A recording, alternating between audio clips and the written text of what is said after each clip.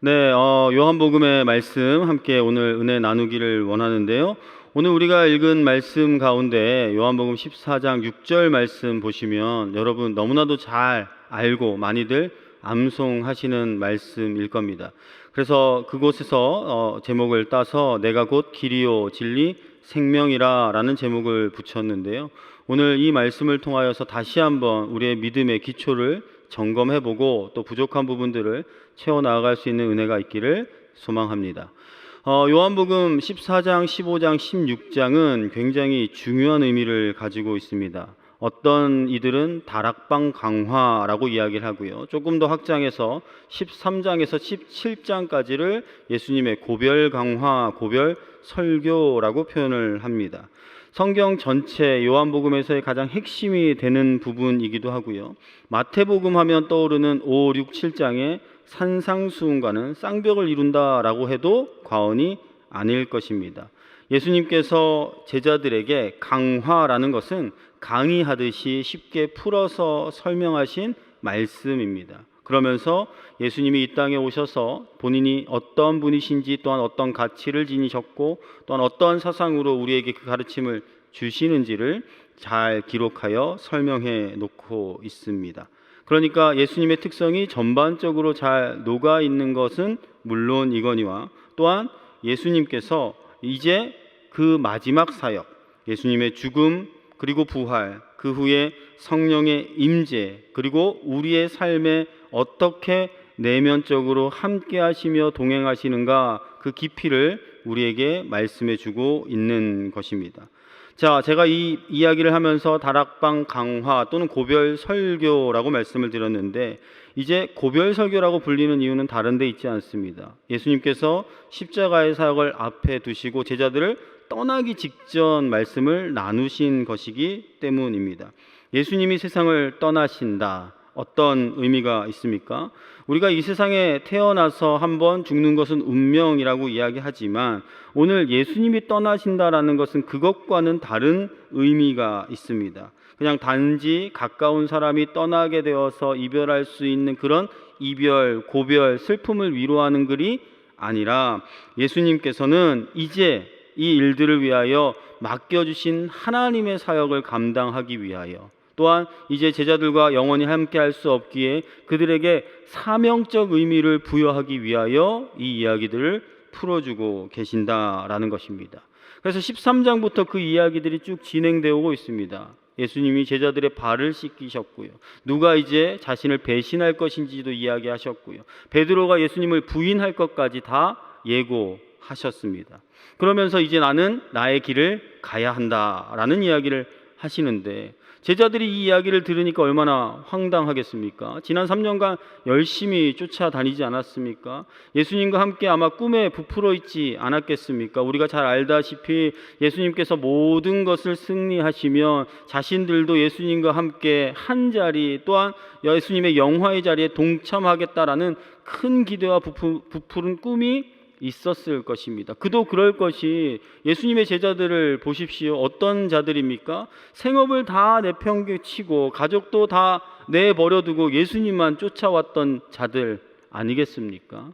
그런데 3년 만에 예수님께서 이제 너희들을 떠나 나의 길을 가야 한다라는 이야기를 들으니 제자들은 참 황망스럽고 당황스러웠을 것입니다.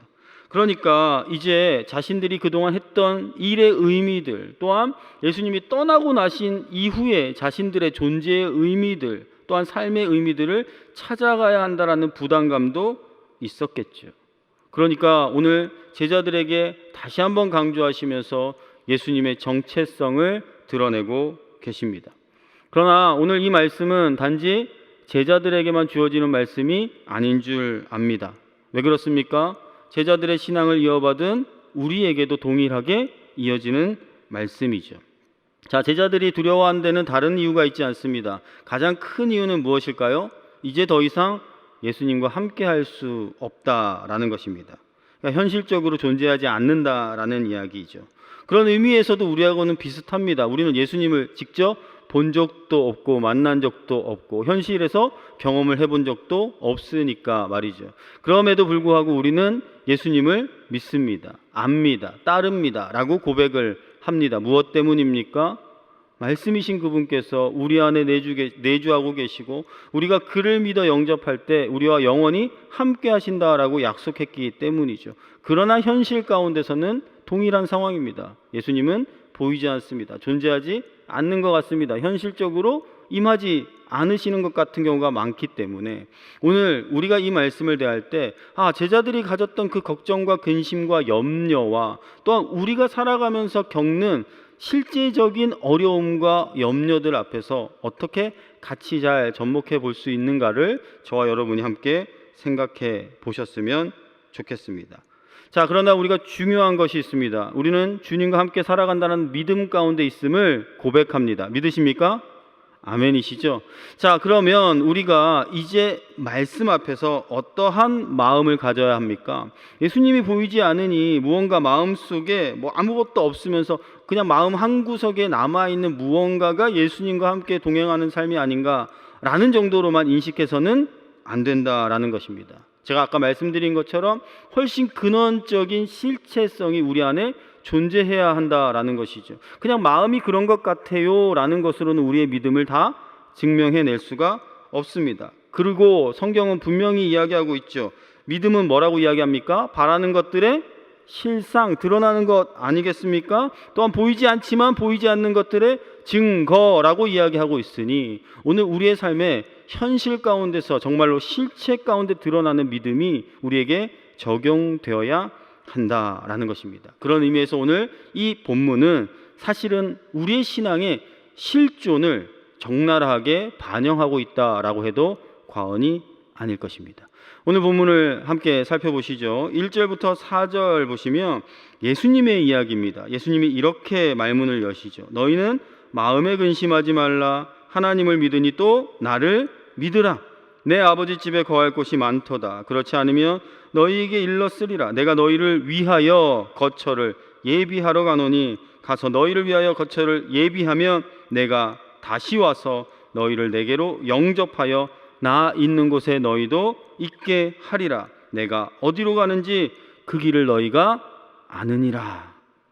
자, 이전에 제자들의 걱정들이 쌓여 있었는데 이제 자신들의 운명을 짊어지고 있던 예수님께서 없어지는 상황이라고 근심하고 있었던 모든 것들을 아셨던 것 같아요. 그러니까 예수님께서 일단 1절에 뭐라고 이야기하십니까? 마음에 근심하지 말라라고 선포를 하시죠. 그리고 뭐라고 이야기합니까? 하나님을 믿으니 또 나를 믿어라 라고 믿음의 선포까지 해 주십니다. 자, 자신의 죽음과 부활과 승천 그 후에 뒤따를 모든 일들을 통해 하나님의 이루실 일들, 그 목적을 대강 다 보여주신 거예요. 그리고 나서는 근심할 것이 아니다라는 것이죠. 믿음, 그 믿음을 잘 가지는 것이 중요하다라고 그 하나님의 약속을 제시하시는 것입니다. 그리고 설명하기를 나는 떠날 것인데 나를 보지 못하게 될 것이고 거처할 그곳을 예비하고 난 이후에 다시 오게 되면 내가 너희를 영접할 것이다. 그런데 그 길을 어떤 길인지 너희도 다 알고 있지 않느냐라고 이야기를 하는 겁니다. 자, 그런데 이 이야기를 들으면 제자들로서는 예수님이 도대체 무슨 말을 하시는지 조금 이해가 되어야 하지 않겠습니까? 그런데 이해가 잘 되지 않았던 것 같습니다. 아마 간극이 있었겠죠. 어떤 간극이 있습니까? 우리가 예수님의 말씀들을 그냥 실제적인 액면상으로 이해하려면 이해가 되지 않는 부분이 훨씬 더 많습니다. 우리는 흔히들 이렇게 이야기하죠. 육신적인 것과 영적인 간극이 있기 때문에 이것을 이해하지 못한다. 제자들도 마찬가지였겠죠. 그러니까 이것이 이해되지 않습니다. 우리가 특별히 이 이해되지 않는 대목에 5절 예수님의 한 제자가 질문을 던지게 됩니다. 의심 많던 누굽니까? 도마라는 제자가 질문을 던지죠. 5절에 이렇게 됩니다. 도마가 이르되 주여 주께서 어디로 가시는지 우리가 알지 못하거늘. 알지 못한다는 이야기죠. 그리고 그 길을 어찌 알겠사옵나이까. 자, 자신이 아무리 이해를 하려고 해도 이 말씀이 이해가 되지 않는 거예요. 도대체 뭔 말씀을 하시는 건지 이해가 안 되고, 도통 어디로 돌아가시겠다라는 것인지, 준비하겠다라는 것은 무엇인지, 얼마나 있다가 다시 돌아와서 우리를 맞이하시겠다라는 것인지 구체적으로 살펴보면 궁금한 건 투성이지 않겠습니까? 그러니까 이해가 안 되는 거죠. 이해가 안 되면서 질문합니다. 자, 내가 어디로 가는지 그 길을 너희도 다 알지 않느냐라고 선포하신 예수님에게 죄송하지만 전 모르겠거든요 라고 이야기하는 거죠. 그러니까 이 얘기는 무슨 얘기입니까? 자세하게 확실하게 알려주셔야 믿을 거 아닙니까? 라는 항변이 담겨 있는 것입니다. 자, 우리도 예수님의 말씀을 처음 접하게 되면 이러한 질문들이 무수히 나오지 않습니까? 우리가 믿음에 기초하여 믿음에 직면하여서 질문하는 수많은 질문들이 있을 겁니다. 아마 도마와 같은 질문들은 우리도 예수님을 알기 이전엔 끊임없이 했을 질문들일 것이죠. 그러니까 오늘 이 질문은 단순히 도마만 했던 질문이 아니라 우리가 삶의 문제에 직면했을 때 예수님의 그 믿음의 말씀이 확신되어진다라고 하지만 여전히 내가 이해되어지지 않고 내가 삶을 살아보면서 도무지 내 삶에 적용되어지지 않을 때 우리는 이러한 질문을 할 수 있다라는 거죠. 자, 그런데 우리가 이 질문, 자, 여기 보시면 예수님께서 말씀 마지막에 이렇게 이야기하셨어요. 내가 어디로 가는지 그 길을 너희도 알 것이다. 그리고 도마가 뭐라고 이야기합니까? 그 길을 어찌 알겠사옵나이까? 라고 이야기를 하는데 이 가운데는 많은 의미들이 포함되어 있는 것을 알 수 있습니다. 무슨 이야기입니까? 여기에 보면 길이라는 단어가 집중되어 있다라는 것을 우리가 발견해 볼 수가 있겠고요. 도마의 질문에는 예수님께서 가시는 그 길이 무엇인지, 어디로 가는지, 왜 가는지, 그리고 우리는 어떻게 가는지, 이 모든 문제의 질문들이 숨어져 있다는 것이죠. 합리적이고 우리가 현실적인 사고를 가진 사람이라면 충분히 우리 이렇게 유추해 볼 수가 있겠죠. 그리고 이 길이라는 단어로 질문을 이어간 겁니다. 자, 길이란 뭡니까? 우리가 인생을 설명할 때 이 길이라는 단어를 잘 사용합니다. 유용하죠. 모든 철학에서도 모든 문제의 해결 근원은 이 길로 일맥상통합니다. 어디로 와서 무엇을 하다가 어디로 가는가? 이것이 우리 인생의 길에 있어 가장 중요한 질문이죠. 그리고 이 인생 가운데 이 길을 어떻게 선택해야 할 것인지는 우리가 살면서 끊임없는 반복이고 또한 문제입니다. 그러니까 이건 세상 사람들에게만 적용되는 것이 아니라 인간이라면 누구에게나 적용되어질 수 있는 질문이며 문제라는 사실이죠. 그런데 우리가 이 길에 대한 해답을 쉽게 얻을 수가 없는 것이 현실입니다. 무엇 때문입니까? 처음과 끝을 제대로 알지 못하기 때문이에요. 아니, 처음을 알았다고 해도 끝이 분명하지 않으면 이것이 시 방향성을 잃어버리고 변질되고 타락되기 마련입니다. 자, 우리가 예수님이 이야기하신 하나님을 믿으니 또 나를 믿으라라는 말씀은 도대체 무엇을 이야기하는 겁니까? 하나님이 내 인생의 처음과 끝 되신다라는 것을 믿는 것으로부터 시작하는 것 아니겠습니까? 근데 우리가 마음으로는 그렇다라고 생각을 할지라도 이것이 내 삶의 실제가 되지 않으면 우리는 끊임없이 방황할 수밖에 없다라는 거예요. 그리고 그 질문 앞에 우리가 깊이 나를 묵상해 보지 않으면 세상 길로 흔들려 버릴 수밖에 없다라는 거죠.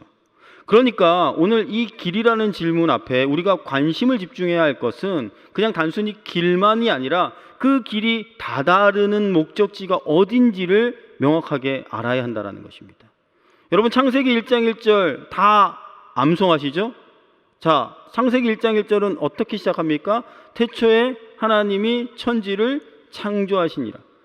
이 이야기를 전제로 우리가 우리의 믿음을 출발했습니다. 그러면 우리의 믿음은 바른 출발을 한 겁니다. 그런데 마지막 때에 예수님께서 이 땅에 다시 오실 때에 하나님께서 완성하실 그때에 우리가 영원히 하나님의 나라에 거하리라 라는 마지막의 약속은 사실 우리에게 잘 믿어지지 않을 때가 너무나도 많아요. 왜요? 보이지 않기 때문이죠. 나와는 상관없는 미래의 것이라고 착각하며 살기 때문입니다.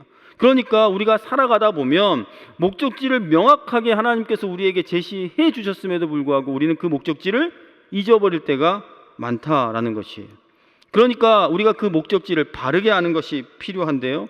그 목적지도 어디로 귀결되어야 합니까? 쉽게 이야기하면 하나님을 아는 것에서 마지막 무엇으로 마무리되면 될까요? 하나님을 바르게 아는 것으로 연결되어지면 되는 겁니다. 이렇게 얘기하면 너무 쉽지 않습니까? 하나님 아버지를 아는 지식 안에 거하면 우리가 길을 잃어버릴 필요가 없다. 자, 도마가 뭐라고 질문했습니까? 주께서 어디로 가시는지 우리가 알지 못합니다. 이렇게 질문했더니 오늘 말씀의 핵심 구절이라고 할 수 있는 6절입니다. 우리 6절 말씀 다 같이 한번 읽어보실까요? 시작. 예수께서 이르시되 내가 곧 길이요 진리요 생명이니 나로 말미암지 않고는 아버지께로 올 자가 없느니라. 자, 예수님께서는 길, 진리, 생명이라는 거 빼놓고 목적지가 어디라는 것이에요? 나는 어디로 가는 겁니까? 이 구문을 잘 해석해 보면 아버지께로 간다. 자, 목적지가 다른 데 있지 않아. 나는 누구에로 갑니까? 아버지께로 가는 거야. 그 길을 너희가 안다는 거다라고 설명을 하는 거죠. 그리고 나서 우리가 오늘 읽지는 않았지만 7절 말씀에 계속 연결해서 이렇게 설명하십니다. 너희가 나를 알았더라면 내 아버지도 알았으리로다. 이제부터는 너희가 그를 알았고 또 보았느니라. 자, 아버지께로 간다라고 설명하시고 그 다음에 그것을 너희가 알았다라고도 이야기를 하는 거예요. 그런데 이 이야기를 듣던 옆에 다른 제자였던 빌립이 한 번 더 질문을 하죠. 8절에 빌립이 이르되 주여 아버지를 우리에게 보여주옵소서 그리하면 족하겠나이다. 자, 예수님께서 아버지께로 간다라고 이야기하셨고 뭐라고 이야기합니까? 나를 알았으면 아버지도 아는 것이고 그리고 그것을 본 것이야 라고 설명을 하고 있어요. 그랬더니 빌립이 뭐라고 강조하는 거예요? 그러면 보여주세요 라고 간구하고 있는 거죠. 그랬더니 예수님께서 9절에 이렇게 이야기하십니다. 빌립아 내가 이렇게 오래 너희와 함께 있으되 내가 나를 알지 못하느냐. 나를 본 자는 아버지를 보았거늘 어찌하여 아버지를 보이라 하느냐. 이것이 예수님의 대답이었죠. 그러니까 우리가 이해하고 파악해야 할 요점은 이것입니다. 자, 우리가 여러 가지 어려움과 근심과 두려움, 예수님이 보이지 않는 세상 가운데 살아가요. 그러면 도마와 빌립과 같은 심정으로 우리가 믿으라고 하지만 명확하지 않으니 늘 두려워하고 걱정할 수 있다는 것이에요. 그런데 예수님은 우리에게 믿음을 가져야 한다라고 이야기하죠. 근데 그 믿음의 목적이 어디라고요? 아버지께로 가는 거예요. 근데 그 아버지께로 가는 것을 우리가 바르게 인식을 하지 못해요. 어디로 가는지, 정말 필요한 것이 무엇인지, 그래서 아버지가 원하는 것이 무엇인지, 아버지께로 가는 것이 무엇인지 우린 끊임없이 질문할 수 있다라는 거죠. 그러기 위해서 우리가 빼먹지 말아야 할 것이 무엇인지 아십니까? 그렇기 때문에 우리가 우리의 인생의 모든 순간의 선택 가운데 이 질문이 끊임없이 반복되어야 한다는 것이에요. 아버지를 아는 것이 무엇인가? 하나님이 원하시는 것이 무엇인가? 성경이 말하는 뜻이 무엇인가? 그 뜻을 나를 통하여 이루고자 하는 바가 무엇인가? 그렇게 하면서 우리는 무엇을 찾아가는 겁니까? 아버지를 발견하는 겁니다. 하나님을 발견하는 것이, 그것이 우리의 믿음의 여정이라는 것이에요. 그런데 우리는 늘 이런 빌립과 같이 요구를 하죠. 보여주십시오. 보여주시면 믿겠습니다. 우리도 늘 이렇게 간구하고 있지 않습니까? 우리에게 있어 가장 필요한 것이 뭐라고 말씀드렸습니까? 하나님을 바르게 아는 것. 그것이 하나님께 이르는 것이라고 말씀을 드렸는데, 그런데 우리가 이것을 분명하게 하지 못하면 사실 우리가 예수 그리스도로 말미암는 평안과 평강을 누릴 수가 없습니다. 늘 두려워하고 늘 근심하고 늘 염려하기 때문이죠. 복음이 이야기하는 예수 그리스도를 믿는 것은 무엇입니까? 하나님을 아는 것, 그에게 가는 것입니다. 그러면 우리는 이 복음의 요점을 통하여서 우리 삶에 어떻게 적용해 나아갈 수 있을까요? 우리가 믿는다고 하는데, 믿음이 있다고 하고 그 믿음으로 말미암아 우리가 천국의 백성이 되었다라고 나는 자신하는데 우리는 과연 제대로 그 길을 가는지 어떻게 알 수 있느냐라는 것이죠. 그런 질문들이 끊임없이 일어나야 하는 것입니다. 어떤 것으로 우리에게 질문할 수 있을까요? 이런 거죠. 우리가 정말로 내가 하나님과 올바른 관계를 맺고 있는가 질문해야 한다는 것입니다. 그리고 나에게 나는 하나님을 바르게 안다라고 설명할 수도 있어야겠죠. 그리고 그 하나님이 나의 삶의 실제적인 분이다라고도 확신할 수 있어야 합니다. 그러면서 우리에게 계속해서 질문해야 합니다. 하나님이 나에게 인격적인 분이신가? 내가 기도하고 그분과 소통할 때 정말로 나의 기도를 들으시는가? 내가 하나님의 자녀라고 얘기하는데 아버지로서 그 하나님께 애정을 품고 있는가? 내가 끊임없이 하나님과 만나고 교통하고 소통하고 있다고 확신하는가? 그렇기 때문에 내가 어떤 문제 앞에서도 하나님을 의지하고 나아가서 기도하는가? 그래서 그 모든 일들이 나를 자유롭게 하고 그것으로 말미암아 내가 이 신앙의 생활을 떠나지 않고 끝까지 함께할 수 있는가? 이런 질문들이 끊임없이 반복되어져야 한다는 거죠. 그렇지 않으면 우리의 인격적인 만남은 사실 없는 것과도 마찬가지라고 할 수 있는 것입니다. 하나님과 사귐이 있는, 하나님과 동행한다라는 건 이러한 모든 질문의 과정들이 끊임없이 반복되면서 우리의 삶을 이끌어갈 수 있어야 한다는 것이에요. 그럴 때 하나님 아버지를 아는 확실한 지식과 친밀함 안에서 세상에 어떠한 일들이 우리 가운데 벌어진다라고 할지라도 우리는 확신하는 거죠. 내가 그를 만났고 그를 알고 그와 소통하고 오늘도 의지하고 동행하는 것이다. 히브리서 13장 6절 말씀 보면 그래서 이렇게 고백을 하지 않습니까? 자, 주는 나를 돕는 이시니 내가 무서워하지 아니하겠노라. 이게 무슨 이야기입니까? 하나님이 어떠한 분이신지 아는 삶의 고백인 거죠. 믿는 자의 고백은 이런 고백이 늘 우리와 함께 할 수 있어야 한다는 것이에요. 조금 더 과장해서 이야기하면 이렇게 말할 수 있는 사람은 우리가 이 땅을 살면서 병에 걸리든 사고를 당하든 전쟁을 겪던 시련을 겪던 어떠한 핍박을 받던 상관없이 그 하나님을 의지할 수 있는 확실한 믿음 가운데 산다라는 것입니다. 그리고 이렇게 고백할 수 있겠죠. 나는 아버지의 뜻 안에 거하기 때문에 모든 것이 합력하여 어떠한 상황이라도 내게 선을 이루게 하시는 것이다 라는 고백들이 따라 나올 수 있는 것입니다. 그러므로 중요한 건 여러분, 예수님이 길이요 진리요 생명이라고만 외치는 것이 아니라 그 목적이 어디로 가는지를 우리가 명확히 아는 것이 중요합니다. 아버지께로 나아가야 하는 것이고 바르게 알아야 하는 것입니다. 그냥 어떤 눈에 보이는 그런 것보다도 더 확실한 실제적인 존재로서의 아버지를 우리가 배울 수 있어야 한다는 거죠. 그리고 찾아가야 하는 노력이 끊임없이 반복되어야 하는 것입니다. 그래서 우리에게 있어 가장 최고의 선은 하나님을 뵙는 것 아니겠습니까? 그런데 예수님이 이렇게 이야기한 것은 단순히 먼 미래적인 이야기만을 하는 것이 아니기 때문입니다. 계속해서 뭐라고 이야기하셨습니까? 그를 알았고 또 나를 알았다. 그러니까 나를 본 거로 아버지를 보았다.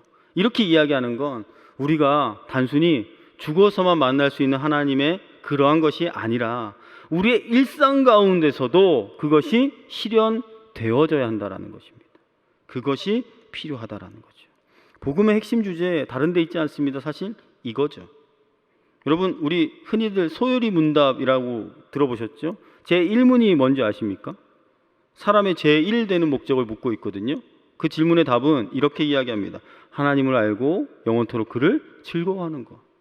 이것이 우리의 인생의 목적이라는 거죠. 우리가 가야 할 곳이라는 거예요. 그것이 오늘 우리에게 다시 한번 선포되어진다라는 것이죠. 그렇기 때문에 복음은 예수님이 누구이신지를 알고 그를 믿는 나의 믿음의 실제의 근거를 아는 것으로부터 출발할 수 있습니다. 저와 여러분이 그런 은혜를 누리시기를 주님의 이름으로 축복합니다.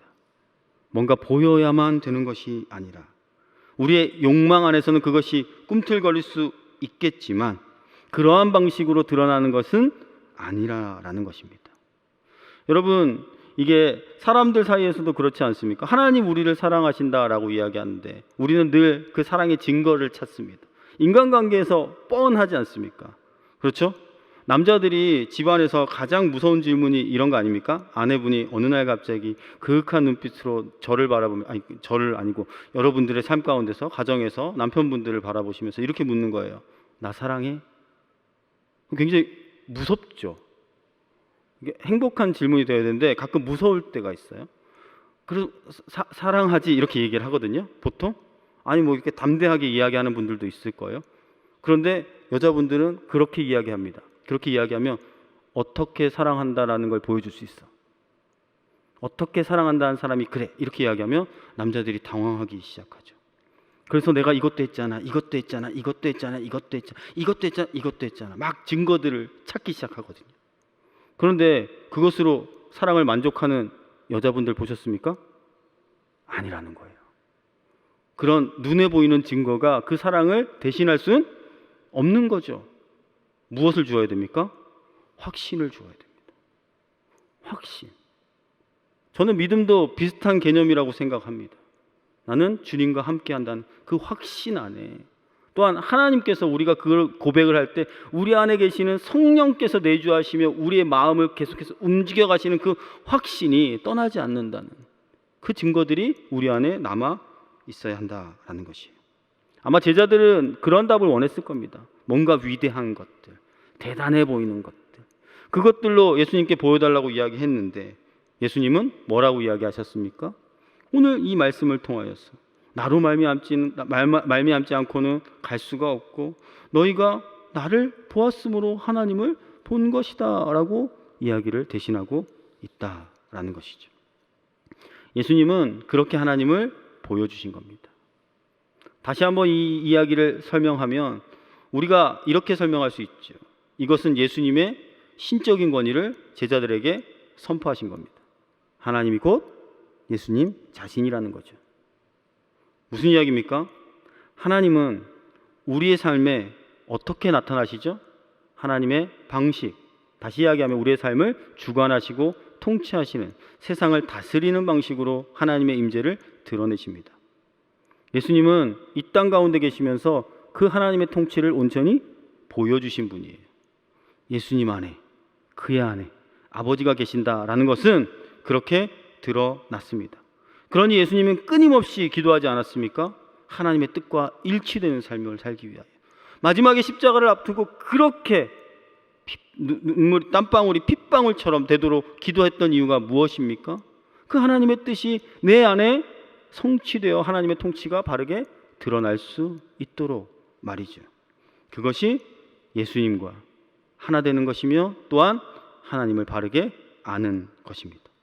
우리가 비록 하나님을 직접 볼 수는 없지만 예수님을 본 사람은 곧 하나님을 본 사람과 같다라는 것은 우리가 그러한 의미로 같이 해석할 수가 있는 것입니다.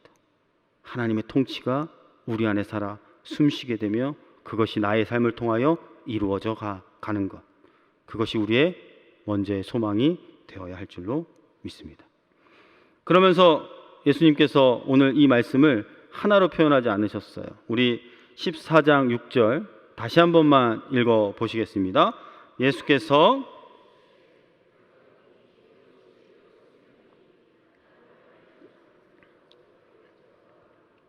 자, 그 길을 어떻게 알겠습니까? 라고 물었던 도마의 질문에 예수님이 쉽게 이야기하면 이겁니다. 내가 곧 길이야. 자, 그 길을 어디로 가야 되고 어떻게 가야 되고 이런 설명을 하지 않으시고 자, 내가 곧 길이라고 선언하셨어요. 그리고 한 걸음 더 나아가서 뭐라고 이야기합니까? 나로 말미암지 않고는 올 자가 없다라는 얘기는 내가 유일한 길이야. 흔히 여러분 많이 들어보셨을 거예요. 설교를 좀 들어보셨고 신앙생활 해보신 분은 여기에 영어 성경으로 뭐 앞에 정관사 더가 붙여서 유일한 길이라고 설명을 많이 들어보셨죠? 그렇게 설명을 하시는 거예요. 노골적으로 대놓고 내가 길이야, 나 아니면 안 돼 라고 이야기를 하는 거죠.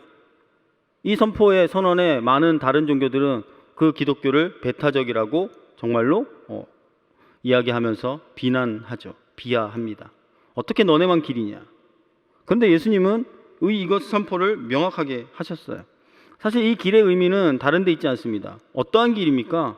우리가 하나님 앞으로 나아갈 수 없는 길, 그 길을 열어주셨다라는 것이에요. 우린 죄로 말미암아 하나님과 관계할 수 없었습니다. 나아갈 수가 없었습니다. 우리의 문제를 해결할 수가 없었습니다. 그런데 그 문제를 누가요? 예수 그리스도를 통해서만 해결할 수 있다고 하나님께서 그 사랑하는 아들 우리에게 보내셨고 그 길을 해답으로 보여주셨으니까 예수님이 길일 수밖에 없는 거죠. 내가 길인데 무엇이라고 설명을 할 수 있다라는 것입니까? 그러니까 예수님 입장에서는 옛날에 대장금에 나왔던 유명한 대사처럼 그냥 간 맛이 나서 간 맛이 난다고 하는 건데 도대체 어떻게 설명을 이런 설명인 거죠. 내가 길인데 길이라고 하지 무엇이라고 하느냐. 이렇게밖에 이야기할 수가 없다라는 것입니다. 그런데 우리가 그 길을 예수님이라고 아니까 이것만 우리의 삶의 목표라고 생각하는 것이 있어요. 아니요, 이것은 길을 열어가는 첫 번째 단계입니다. 이렇게 설명하면 좀 이해가 되실까요? 여러분 동화 이야기 좋아하시죠? 백설공주 이야기 잘 아실 겁니다. 백설공주의 엔딩은 어떻게 되는지 아세요? 모든 어려움을 벗어나서 백설공주는 누구를 만났죠? 왕자를 만나서 잠에서 깨어 행복하게 잘 살았답니다. 이렇게 끝납니다. 신데렐라는요? 어려서부터 부모님을 잃고 계모와 언니들에게 구박을 받다가 왕자를 만나 행복하게 잘 살았답니다. 라고 끝납니다. 그러니까 결혼하고 행복하게 잘 살았다. 보통 대부분 그렇게 끝나요. 근데 여러분 솔직히 얘기해 보세요. 결혼하면 끝납니까? 행복하세요? 행복하시다고 이야기하셔야 됩니다. 그런데 살다 보면 이 행복이 늘 행복하다라는 것이 늘 따라오는 건 아니에요. 사실 고생 길이 시작되는 거죠. 이야기가 거기서 끝난 거 너희도 살아봐라 라는 해답을 우리에게 직접 찾아보라고 이야기하는 것 같아요. 근데 어쨌든 생각해 보면 고생하려고 우리가 결혼하려는 것은 아니지만 그것을 통하여서 우리가 이루고자 하는 인생의 목적들을 목표들을 알아가는 것은 분명합니다. 예수님도 마찬가지라는 것이에요. 길은 사실은 우리가 최종적으로 소유할 것이 아니라 믿음의 길을 처음 나아가는 첫 번째 과정이라고 생각합니다. 근데 그 길을 찾지 못해서 헤매는 사람들이 얼마나 많은지 아십니까? 어떤 사람은 도중에 길을 잃어버리고 방황하죠. 시작은 있는데 끝이 없는 거예요. 길을 몰라 배회하죠. 맴돕니다. 그리고 또 다른 길들을 계속 다람쥐 쳇바퀴 돌듯이 합니다. 그리고 길도 없이 무작정 가는 사람들도 무수히 많다라는 것이에요. 근데 오늘 예수님께서 우리에게 명확한 것을 보여주시죠. 내가 곧 길이다. 이것이 우리의 인간의 문제에서 하나님을 찾아갈 수 있는 유일한 해결책이라는 사실입니다. 이것이 주님이 말씀하시는 절대 진리의 첫 번째라는 것이죠. 그리고 이 길이라는 것을 이야기하시면서 중요한 두 가지의 이야기를 함께 붙이셨어요. 자, 길이요. 그 다음 뭡니까? 진리요. 또한 예수님은 진리라고 이야기하십니다. 길을 얻고 그것을 통하여서 무엇을 얻는 겁니까? 하나님을 알 수 있는 모든 진리, 지식이 그 안에 담겨 있다라는 것이에요. 사도 바울이 골로새서 말씀에 지혜와 지식의 모든 보화가 감추어진 이가 예수 그리스도라고 고백하지 않습니까? 그분을 알 때 우리가 이 진리를 바르게 이해할 수 있다라는 것이죠. 그리고 그분께 나아가야 하는 것이 우리에게 필요하다라는 것입니다. 그 다음 여기서만 멈추지 않습니다. 또 중요하게 이야기하는 것이 무엇입니까? 생명이라고 이야기하고 있습니다. 생명, 우리가 죽을 수밖에 없었던 우리의 원래의 모습에서 회복할 수 있는 그 생명, 삶의 근원, 에너지, 변화, 부활, 거듭남, 이 모든 것은 생명이라는 단어로 우리가 해석할 수 있을 것입니다. 진리와 지식도 중요하지만 이 생명과 힘이 반드시 쌍을 이루어야 하기 때문에 길, 진리, 생명으로 예수님은 자신을 선언하고 계시는 것이죠. 여러분, 우리가 예수님을 잘 안다라고 하지만 이 생명이 없이 살아가는 사람들이 있습니다. 그건 지식적으로만 예수님을 아는 것이죠. 그러니까 정말로 제대로 된 진리 안에 있으면 무엇을 느낍니까? 영적인 생명력이 우리 안에 살아 숨쉬어야 한다라는 거죠. 오히려 내게 그 생명력이 소멸되어지고 연약하고 나약한 삶으로 우리의 신앙생활이 이어져 오고 있다면 우리는 바른 진리 안에 바른 생명을 소유하지 못한 것일 수도 있다라는 것이에요. 요한복음 끊임없이 이야기합니다. 그 안에 생명이 있었고 그가 우리에게 오셨고 우리가 이 진리 가운데 바르게 서야 한다라는 겁니다. 이 모든 것이 함께 필요할 때에 우리는 하나님께로 바르게 나아갈 수 있다라는 것이에요. 오늘 이 말씀을 통해서 우리에게 계속해서 질문해 보자라고 말씀을 드렸습니다. 여러분, 오늘도 우리는 그리스도 안에 있습니까? 그분을 의지하고 있습니까? 그와 연합되어 있습니까? 아니, 하나님을 바로 알고 있습니까? 아버지로 인정하고 있습니까? 이러한 질문들 앞에 나의 모습을 점검해 볼 수 있기를 소망합니다. 그리고 부족하다면 우리가 주님께로 나아가는 것을 알았으니 우리 그리스도를 바라보고 그분을 부르는 은혜가 있기를 소망합니다. 우리 미래세대 여름 사역이 은혜 가운데 거의 맞춰져 가고 있다라고 설명을 드렸는데, 우리 여름마다 아이들에게 강조되는 많은 주제들 가운데 가장 큰 주제는 무엇일까요? 믿음입니다. 믿음. 결국 믿음이기 때문에 우리가 끊임없이 믿음으로 초대하고 복음으로 초청하는데 사실 그게 우리의 마음 같지 않아요. 이번 중등부 수련회에서도 이제 목사님이 앞에서 이렇게 막 선포를 하셨어요. 오늘 이 시간 내가 주님 앞에 복음을 영접하고 주님을 나의 영원한 주인이라고 믿고 고백하는 자들이 있으면 용기 내어 자리에서 일어나 봅시다 라고 고백을 선포를 하셨거든요. 그리고 저희 교회의 중등부에는 거의 98% 모태신앙들입니다. 그런데 이 담당하는 목사가 뒤에 버젓이 있음에도 불구하고 당황스러운 일이 있었어요. 몇 명 일어나는 줄 아세요? 2명 일어났거든요. 22명 갔는데 2명이 일어났어요. 근데 이제 앞에 목사님이 아닙니다, 용기 내서 일어나십시오 이래야 되는데 괜찮아, 정직하고 진실한 마음으로 나오는 것이 더 중요합니다. 그래도 한 번 더 나온 사람 있으면 일어나 보십시오 했는데 여전히 일어나지 않고 2명 일어났습니다. 근데 그 2명은 부모님이 교회를 안 다녀요. 98%에 속하지 않았던 2명만 복음으로의 초청과 믿음으로의 초대 앞에 반응했고, 어릴 때부터 믿음의 유전자를 가지고 태어난 나머지 98%는 복음과 믿음과는 상관없이 그렇게 멍하니 앉아있는 모습에 참 마음이 아팠던 기억이 납니다. 그러면서 그냥 눈물이 났어요. 내가 잘못했구나. 내가 바르게 가르친다고 믿음을 끊임없이 선포했음에도, 그러니까 우리가 삶의 어떤 영역에서 성품을 강조하고 살아가는 것이 중요한 것이 아니라 이 믿음 하나 제대로 가르치는 것이 얼마나 소중한 것인가를 끊임없이 뼈저리게 뉘우치고 회개하고 느꼈던 시간입니다. 아니, 제가 아이들을 탓하고자 함이 아니고요. 우리가 그만큼 이 믿음으로의 초청 앞에 얼마나 내가 확신 있게 다가갈 수 있는가는 개인적인 문제라는 사실이죠. 오늘 우리에게도 동일하게 적용되어야 할 줄로 믿습니다. 오늘 예수님은 분명하게 우리에게 선포하십니다. 내가 곧 길이요 진리요 생명이라. 주님의 초청 아닙니까? 내가 나에게로 와라. 내가 그 길이다. 불안한 시대, 흔들리는 세상에서 여러분, 무엇이 나를 지켜줄까요? 우리를 인도하는 것이 과연 무엇일까요?